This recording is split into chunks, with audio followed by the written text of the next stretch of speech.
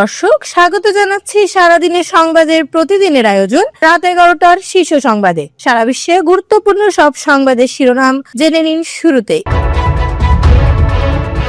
জাতীয় গ্রিডে এলএনজি সরবরাহ কমছে, বাড়বে জনগণের ভোগান্তি। দীর্ঘমেয়াদী নিরাপত্তা নিশ্চিতে গ্যাস ও বিদ্যুৎ খাতে বিপুল বিনিয়োগ নিয়ে 25 বছরের মহাপরিকল্পনা। দেশে প্রথম ইনডোরে ইলিশ চাষ করবে প্রাণ আরএফএল, যৌথ উদ্যোগে বিনিয়োগ 430 কোটি টাকা।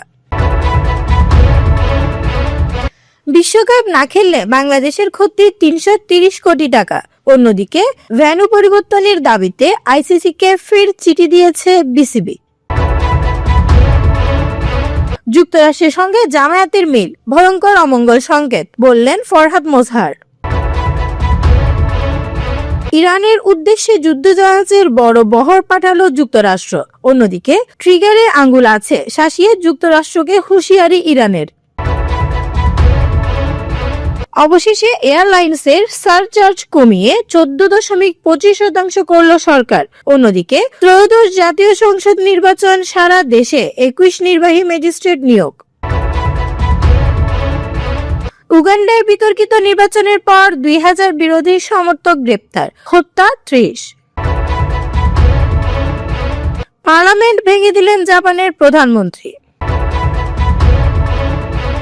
ফের হাজার হাজার কর্মী ছাঁটাইয়ের পথে অ্যামাজন। শুনছিলেন সংবাদ শিরোনাম, এবারে বিস্তারিত। ফ্যাশন ব্র্যান্ড মানে আর্ট। এলএনজি টার্মিনালে রক্ষণাবেক্ষণ কাজের কারণে শনিবার দুপুর 12টা থেকে রবিবার দুপুর 12টা পর্যন্ত জাতীয় গ্রিডে গ্যাস সরবরাহ কম থাকবে। ফলে তিতাস গ্যাসের আওতাধীন আবাসিক, বাণিজ্যিক, শিল্প ও বিদ্যুৎ খাতে গ্যাসের চাপ আরো কমে যাওয়ার আশঙ্কা রয়েছে। এর মধ্যে এলপিজি বাজারের সংকট ও দাম বাড়ায় পরিস্থিতি আরো জটিল হয়েছে। বর্তমানে দেশে দৈনিক গ্যাসের চাহিদা প্রায় 380 কোটি ঘনফুট হলেও সরবরাহ হচ্ছে মাত্র 250 থেকে 260 কোটি ঘনফুট।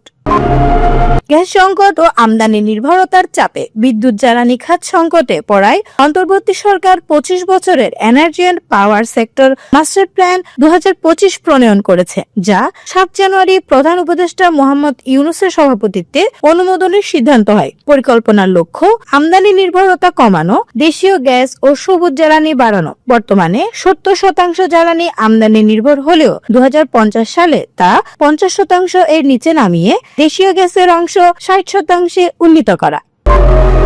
প্রাণ আরএফএল গ্রুপ ডেনমার্কের অ্যাসেন্টর্ফ অ্যাকোয়ার সঙ্গে যৌথভাবে 3 কোটি ইউরো বিনিয়োগে দেশে প্রথমবার ইনডোর কৃত্রিম পরিবেশে ইলিশ সহ সিবাস ও সামুদ্রিক মাছ চাষের উদ্যোগ নিয়েছে, যা মিরসরাই অর্থনৈতিক অঞ্চলে বা উপযুক্ত স্থানে 2 বছরে ধাপে ধাপে বাস্তবায়ন হবে এবং সফল হলে সরবরাহ ও রপ্তানিতে বড় পরিবর্তন আসবে। নিরাপত্তাজনিত কারণে বাংলাদেশ আসন্ন টি-20 বিশ্বকাপে ভারতে খেলবে না। আইসিসি ভেন্যু পরিবর্তনে রাজি নয়, তাই বিশ্বকাপ থেকে সরে দাঁড়ানোর সম্ভাবনা রয়েছে, যা বিসিবির জন্য প্রায় 330 কোটি টাকার আর্থিক ক্ষতির কারণ হতে পারে। সরে দাঁড়ালে স্কটল্যান্ড বিকল্প দল হিসেবে সুযোগ পেতে পারে। অন্যদিকে নিরাপত্তা শঙ্কার কারণে বাংলাদেশ ক্রিকেট বোর্ড বিসিবি আইসিসিকে আবারও ভেন্যু পরিবর্তনের চিঠি দিয়েছে। আইসিসি জানিয়ে দিয়েছে, সূচি অনুযায়ী বাংলাদেশকে ভারতেই খেলতে হবে। সরকারের সঙ্গে আলোচনা ও 24 ঘন্টার সময় শেষ হলেও অবস্থান অটল। ভেন্যু পরিবর্তন না হলে বাংলাদেশ দল বিশ্বকাপে খেলবে না।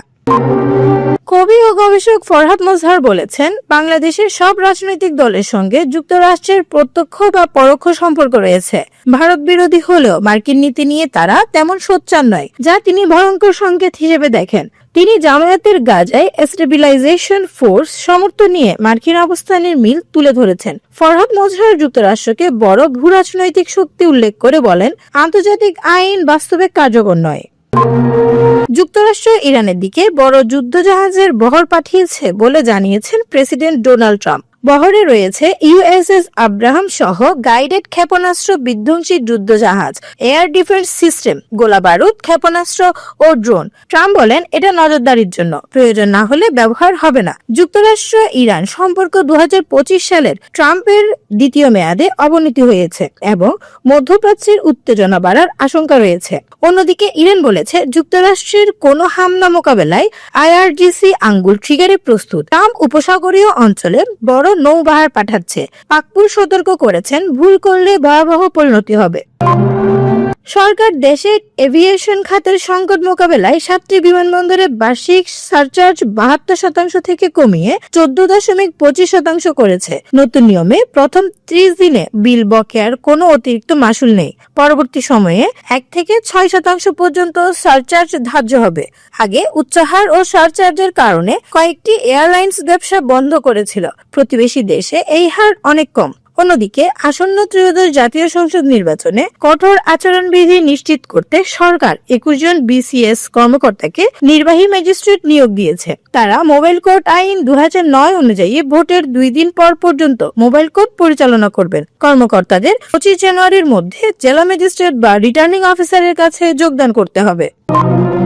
উগান্ডার বিতর্কিত নির্বাচনের পর সামরিক বাহিনী 2000 বিরোধী সমর্থককে আটক করেছে, 30 জনকে হত্যা করেছে এবং আরো অনেককে ধরছে। নির্বাচনে প্রেসিডেন্ট ইউয়েরি মুসেভেনি 7ম মেয়াদে জয়ী হন। বিরোধী নেতা ববি ওয়াইন ফলাফল প্রত্যাখ্যান করে আত্মগোপনে চলে যান। সামরিক প্রধান মুহোজি কাইনেরুগাবা গ্রেফতার ও হত্যার বিষয়ে তথ্য দিয়েছেন। বিরোধী পক্ষ নিরাপত্তা বাহিনীর হামলার অভিযোগ করেছে। জাতিসংঘ মহাসচিব আন্তোনিও গুতেরেস সব পক্ষের সংযম এবং মানবাধিকার অঙ্গীকারের গুরুত্ব উল্লেখ করেছেন।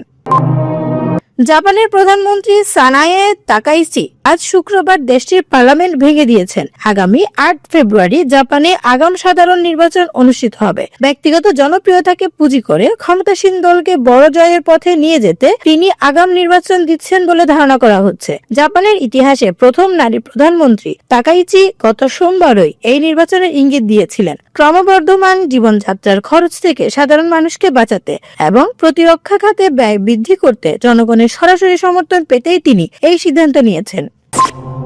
যুক্তরাষ্ট্রের ই-কমার্স জায়ান্ট অ্যামাজন নতুন করে প্রায় 14,000 কর্মী ছাঁটাই করতে যাচ্ছে, যা 30,000 কর্মী ছাঁটাইয়ের দীর্ঘমেয়াদী পরিকল্পনার দ্বিতীয় ধাপ। প্রভাবিত হতে পারে AWS, খুচরা, প্রাইম ভিডিও ও মানব সম্পদ ইউনিটের কর্মীরা এবং এই ধরনের ছাঁটাইতে কৃত্রিম বুদ্ধিমত্তার প্রভাব থাকতে পারে।